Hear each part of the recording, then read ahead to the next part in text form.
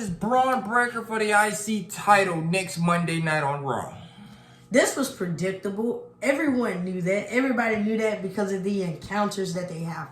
This match is not really about the Intercontinental Championship. No. This match is about bragging rights. This match about whose family better than who.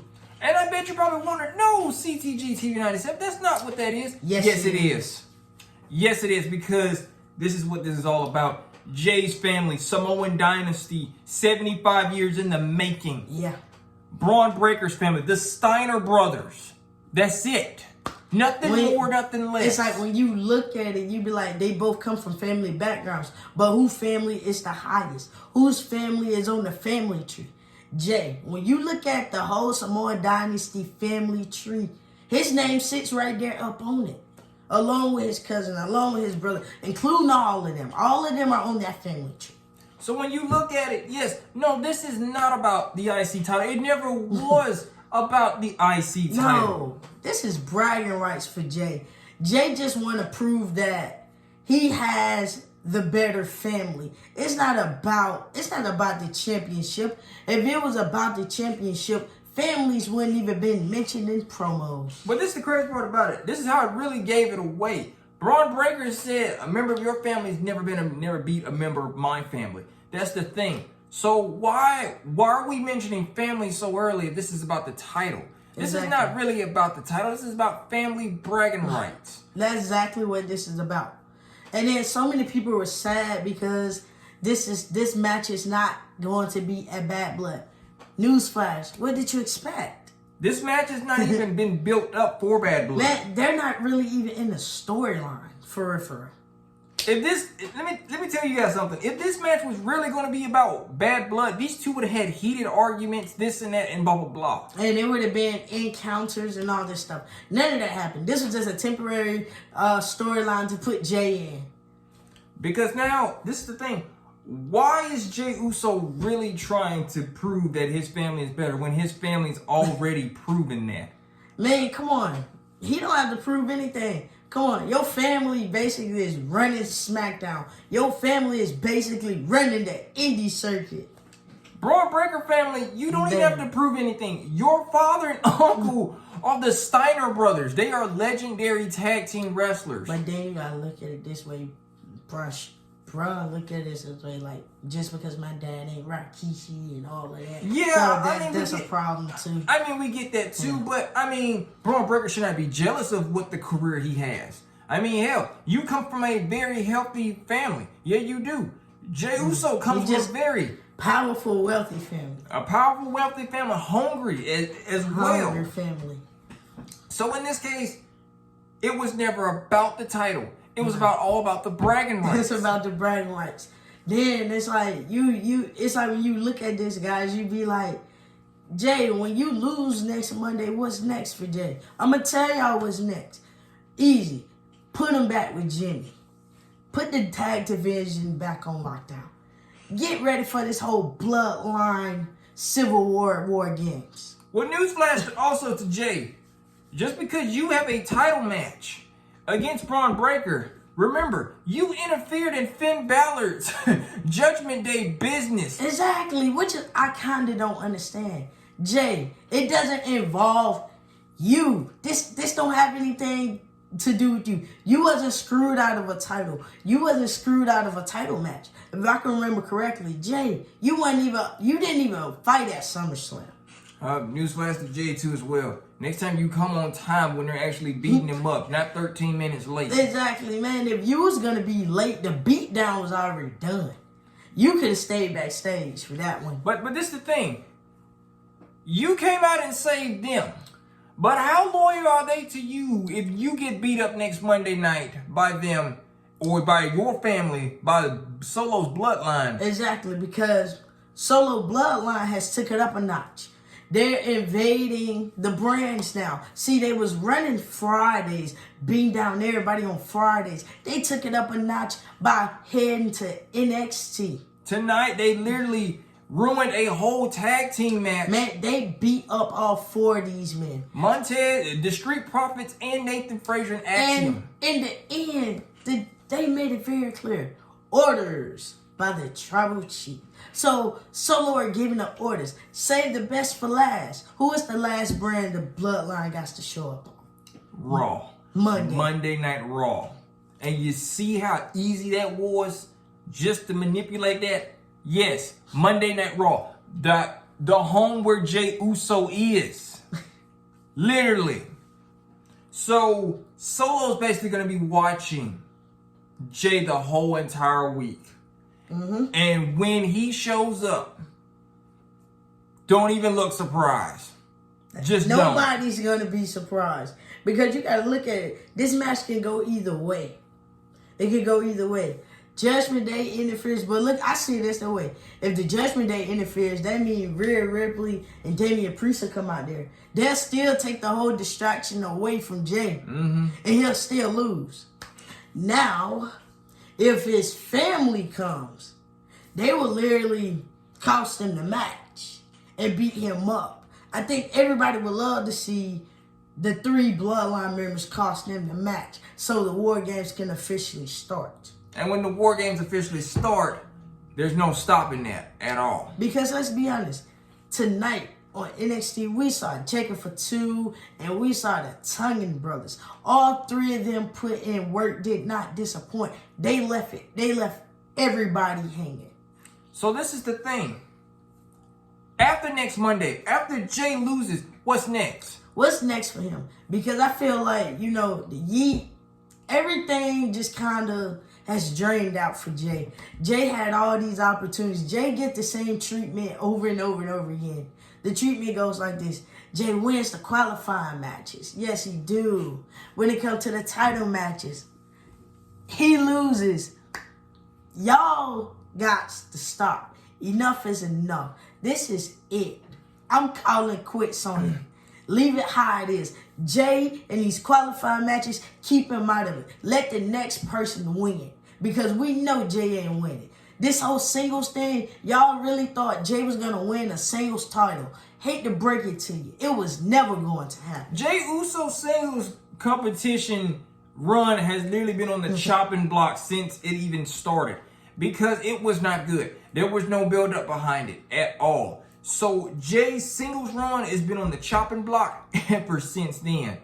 And this upcoming Monday needs to be the last. Literally. I'm going to be honest. It do. It is time for Jey to be where he needs to be. And where does Jey needs to be? The tag team division. Where does Jey need to be? With Jimmy. With Jimmy. But this is also a thing too as well. Kind of put this also together. Think about this. Jey Uso interfered in Judgment Day business. It don't have anything to do with you. I understand, you know, you're a helping hand. You know, they needed help last week. So you offered your services. That was good and well. That was good. Last night, they didn't really need the help with you. You came by yourself and you was late. So this is the thing.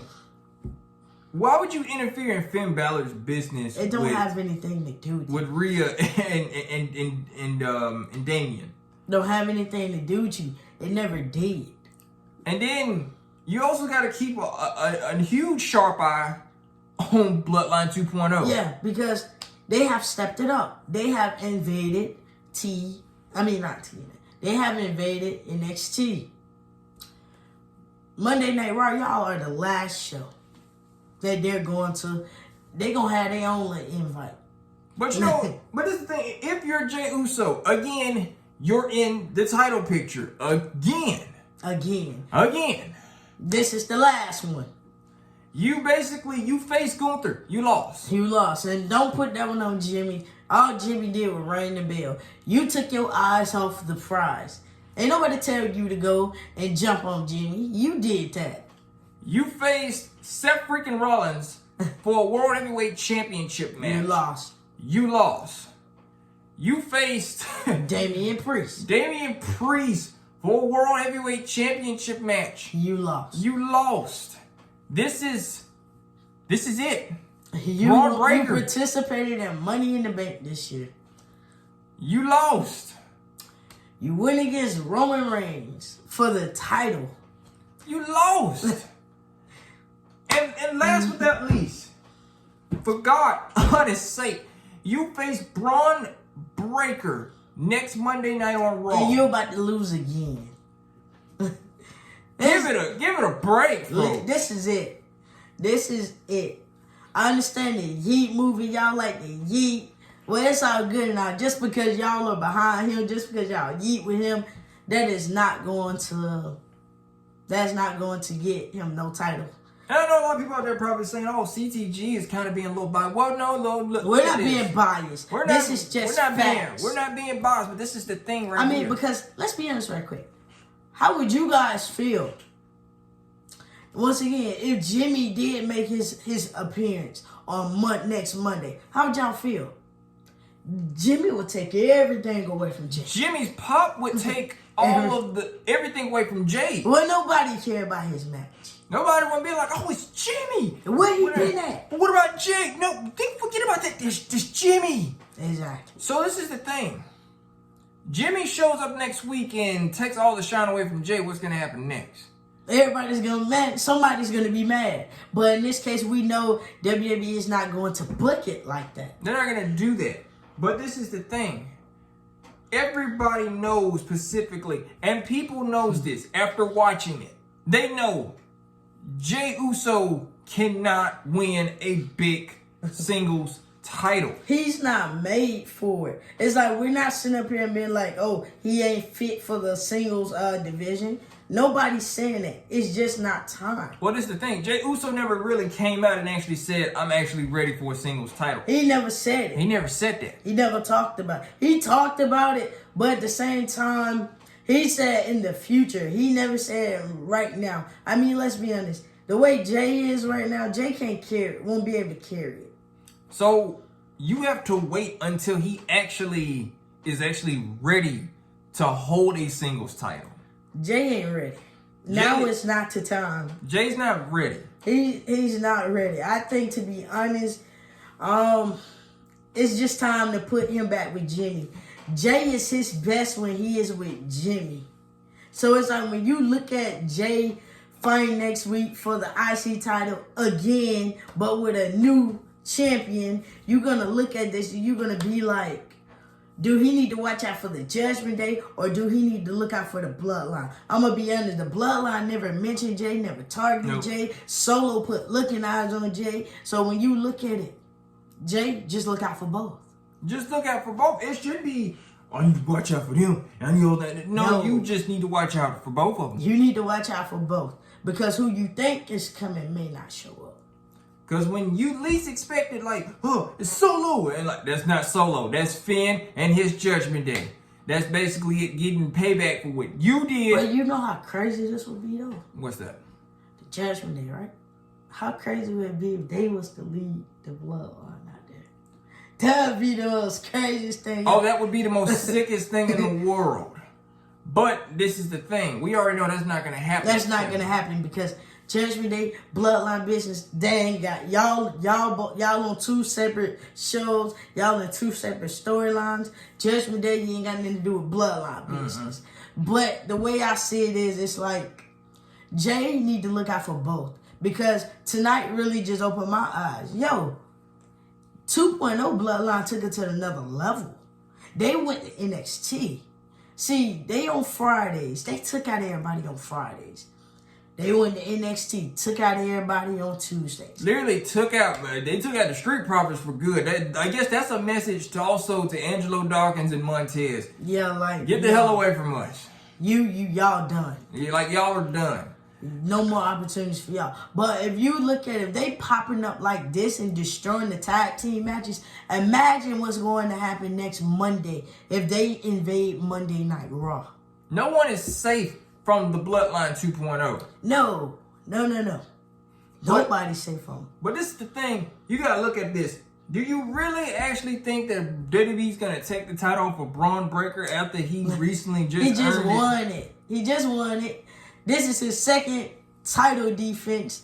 Yeah, some of y'all are gullible and stupid. I hate to say it. I'm not talking about all y'all. I'm talking about some of y'all. Because it's like, y'all literally think they're going to take the title off of bronbreakker and give it to Jey. No. So when you look at it, after next Monday, Jey don't win. Only thing you can do with Jey is scratch that off, that off, that off, that off.